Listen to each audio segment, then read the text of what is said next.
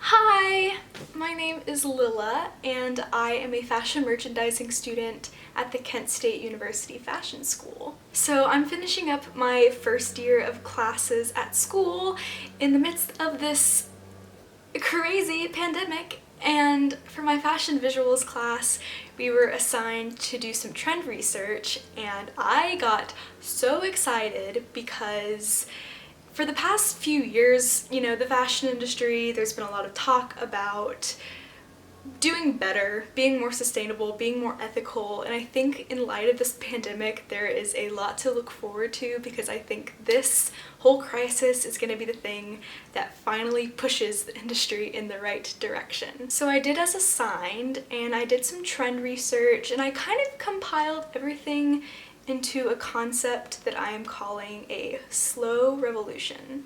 I gathered a lot of inspiration for this project, but of course it all just hits the high points about what direction I think the fashion industry is going to be heading into in these upcoming seasons and couple of years. When doing research for this trend, I got my inspiration from a few main places, one of them being the idea of a slower way of life. I feel like within the past many years, our society in the United States has been all about go, go, go, moving very quickly, and I get very overwhelmed by it. I'm sure I'm not the only one, but I feel like Slow Revolution really banks on this idea of moving slower and just taking more time to appreciate the simple things in life. Another source of inspiration for me when doing research was looking at minimalism. And I don't necessarily mean minimalism in the context of how it's been seen in previous seasons. I feel like the minimalism that'll be coming up soon is a lot more emotive and a lot more focused on sentimental value rather than just the harsh idea of having less and getting rid of everything. It's really about appreciating the things that we have and the stories behind them.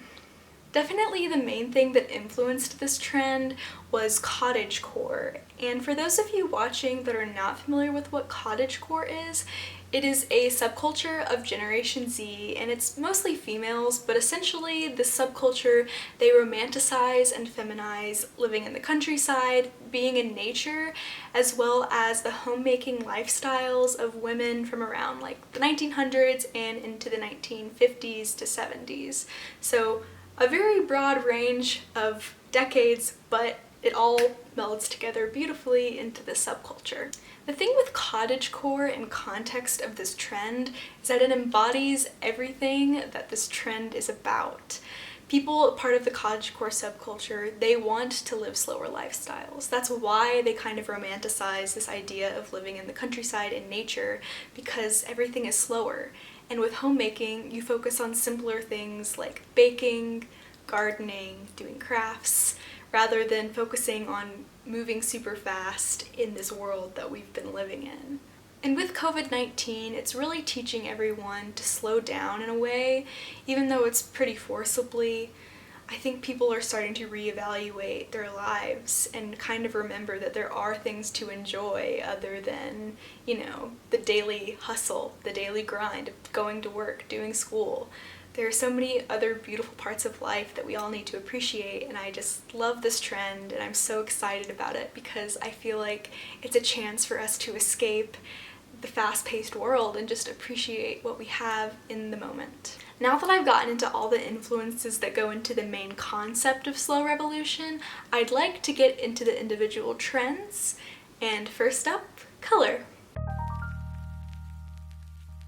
I just really love how one of the few times I actually have a chance to record this, my neighbors are mowing the lawn. So if you hear lawn mowing in the background, I sincerely apologize. But anyway, let's get into color. The fact that all of these colors are inspired by nature in one way or another are super important to the influences of Slow Revolution, and as I talk about each color, I kind of want to explain how exactly they fit in. So starting off by pairing ivory and pale blue together, I think these colors are a match made in heaven. I mean, the colors are pretty heavenly also, so there's that. Because whenever I think of pale blue and ivory, I think of clouds moving slowly across the sky and how they remind me to slow down in life. And I think that is really reflected in the concept of slow revolution and just slowing down and appreciating the smaller moments in life.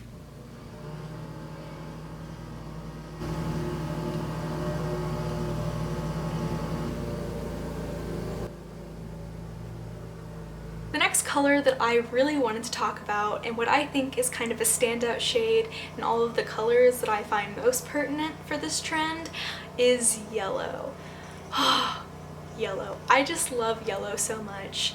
I think it's super relevant within slow revolution because of its warmth, of its energy. And to me, slow revolution is all about, of course slowing down, but also just having a warmth and an appreciation for life. And I think yellow embodies that.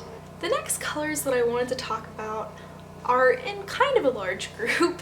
I wanted to talk about dusty rose, moss green, and shades of brown kind of all together because to me they are important under the same idea. And in light of this massive pandemic that we're currently living through, people are kind of wanting to get back into nature because we're forced into our homes right now. And to me, the idea of going out into the woods, going out and just exploring the world and seeing all those beautiful colors of mossy green and earth-toned pinks and reds and browns, I just think it embodies nature and how we all need to take time to reconnect with it after all of this mess is over. So that is kind of my short explanation of these colors. I really don't want this video to be too long, so I'm gonna go ahead and get into the next part of the slow revolution concept. When talking about silhouette within slow revolution, I think it is extremely important to refer back to cottagecore. I've already talked about what cottagecore is in a previous part of this video, but I really wanted to return to it because a main part of the style within the subculture of cottagecore is in how feminine it is. The people that associate within this culture dress extremely girly and feminine, and it kind of ties back to the fact that they are very influenced by women in their housemaking roles from the 1900s and into the 1970s, and you can really see that with what they wear. You'll see lots of pretty feminine flowy dresses in all sorts of lengths, and I'll probably put some pictures up just so you guys can get an idea, but that's kind of the main trend concept for silhouette behind slow revolution, is just in how feminine it is. To talk about textiles within slow revolution is to talk about sustainability as well. One of the most important parts within sustainability in the fashion industry is figuring out how to source materials and dyes that are safe for human consumption and for the planet. And I'm not going to get too deep into it just because that would be an extremely long video, but there are plenty of resources out there where you can look into how textiles play into sustainability. And the thing with slow revolution specifically is the importance of natural fibers going into our clothing. Now when I'm talking about natural fibers, I'm talking about clothing that's made out of cotton, out of linen, out of silk, out of rayon, and other things like that. When you talk about textiles within slow revolution, I think it's extremely important to bring up silhouette again. Now, as I mentioned previously, the silhouette that kind of reigns over this whole slow revolution concept is in that it's very feminine. So whenever you add natural fibers to a feminine look, I think it tends to be more free-flowing and less structured. So I feel like whenever you kind of combine the element of free-flowing fabrics into feminine dresses, it really just kind of embodies this easygoing nature that I think is important within the slow revolution concept. Just like any trend that's out there, there's about a gajillion different details that can go into it. So I'm not gonna get into everything because I think I would go a little bit insane, but I did want to mention just a couple that I thought were the most interesting and exciting. When I figured out that this was a thing, I just about died. Well, I should say that. Well, actually, that would be quite punny because I'm talking about plant dyeing. Not like plants dying, but like dyeing with plants. So for this, I just got really interested in how this worked. So I looked up some different ways you can dye fabrics using plants, and I did it myself. I dyed some fabric with avocado pits. So basically what I did is I took 4 avocado pits from avocados that I had eaten at an earlier time, and I put them in a pot with some water, and I brought the water to a boil, then reduced the heat to a simmer and let the avocado pits just kind of chill in there and do their thing until the water turned sort of a pinky brown color. And then after that, I put in some fabric, I put in a bandana, and sort of a creamy white fabric with some gold polka dots on it. And I just let the fabric sit in the water for around 2 hours on the heat, and then I turned off the heat and let it sit in there for like 6 to 8 hours. If you want more details, there's plenty of things you can look at on the internet in terms of figuring out how to dye things with avocado pits. I mean, that's what I did, so I'm sure you can figure that out. But I just wanted to show you guys the results. So this is what I had before I did the avocado dyeing, just this like white fabric with some gold polka dots. Pretty pretty. Then after the dye process, this is what the fabric turned out like. I think it's so cool.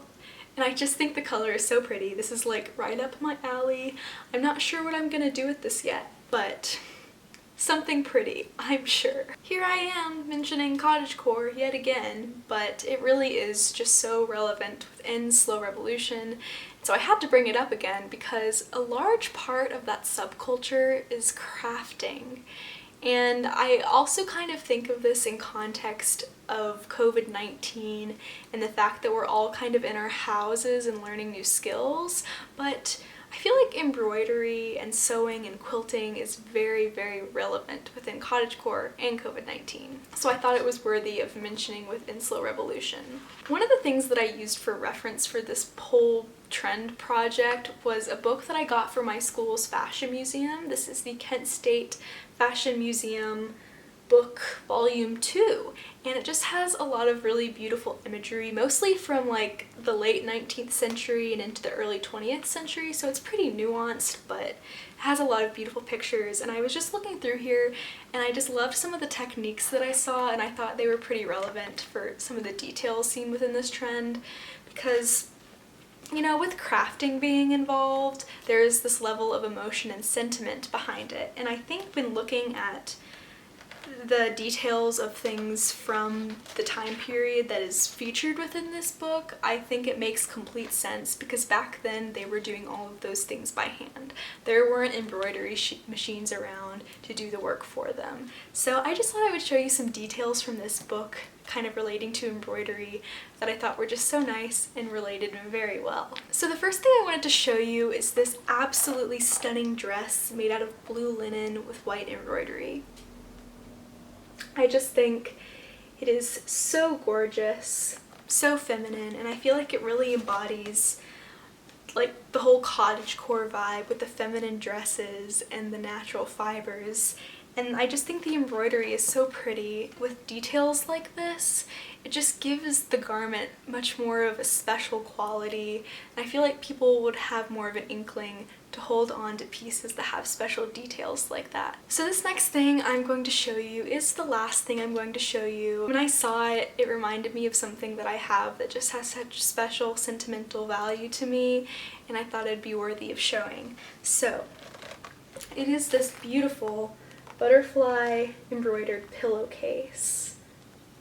I hope the camera picked up the detail on that, but oh my gosh, it's just gorgeous, and it was just special for me to see that, because I actually have a very similar pillowcase with just this gorgeous butterfly embroidery detailing, and this was done by hand from someone in my family. And it really just got me thinking, if people were putting more thought into what they're buying, or if companies were putting more thought into what they're putting into their garments, they can become of heirloom quality, and heirlooms not only hold such sentimental value to the people that own them, but I feel like they can hold a very important role in the life cycle of clothes and the direction that fashion's headed in. Because if we can hold more value to the pieces that we have instead of putting so much focus on buying new things over and over again, I think we really could be heading into something great. Well, that's about all I have for this video. This was pretty difficult. I've never done a YouTube video before, but I really hope I did talking about this trend some justice, and I hope it gave you guys some insight into what the future of fashion might be. I hope that you all continue to stay safe, happy, and healthy in this crazy time. If you guys have any suggestions or if you want to share your opinions about this concept below, feel free. I'd be so happy to read them. But yeah, that's all I got, so bye!